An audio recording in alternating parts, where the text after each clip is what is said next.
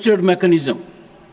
Shri Imran Pratapgadi demand to restart UPSC residential coaching center at Haj House, Mumbai. धन्यवाद सभापति महोदय। मैं आज इस सदन में खड़ा होकर हाशिए पर मौजूद देश के लाखों एससी, एसटी और माइनॉरिटी के छात्रों की तरफ से यूपीए की चेयरपर्सन रही श्रीमती सोनिया गांधी जी और पूर्व प्रधानमंत्री डॉक्टर मनमोहन सिंह साहब को सैल्यूट करूंगा, जिनकी कोशिशों से सच्चर कमेटी की सिफारिशों के बाद 2009 में कोचिंगों के अभाव में प्रतियोगी परीक्षाओं में हिस्सा न ले पाने वाले एससी, एसटी और माइनॉरिटी के छात्रों के लिए रेजिडेंशियल कोचिंग एकेडमी शुरू की गई थी।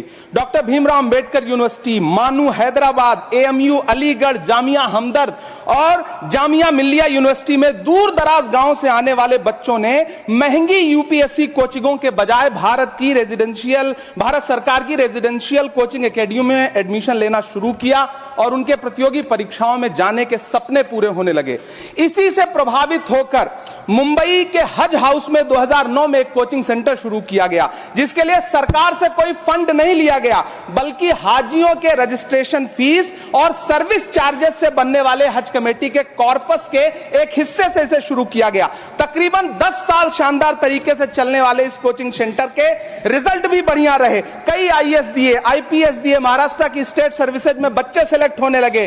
फिर आया कोविड, पहले सीटें घटाई गईं और फिर तत्कालीन अल्पसंख्यक मंत्री महोदया को मौका मिला और उन्होंने 2023 में इस कोचिंग सेंटर को बंद कर दिया। वो सैकड़ों छात्र जो हर साल इस कोचिंग सेंटर से फायदा उठा रहे थे, एक झटके में उनके सपने चकनाचूर कर दिए गए। सभापति महोदय, मैं जब देश के प्रधानमंत्री को प्रोटोकॉल तोड़ के कतर के अमीर शेख तमीम को रिसीव करते हुए देखता हूं, जब मैं सऊदी के क्राउन प्रिंस मोहम्मद सलमान को प्रधानमंत्री जी को गले लगाते हुए देखता हूं, तो सोचता हूं कि काश प्रधानमंत्री जी अपने देश के गरीब भारतीय मोहम्मद सलमान और मोहम्मद तमीम को इसी तरह अपने पन का एहसास दिला पाते।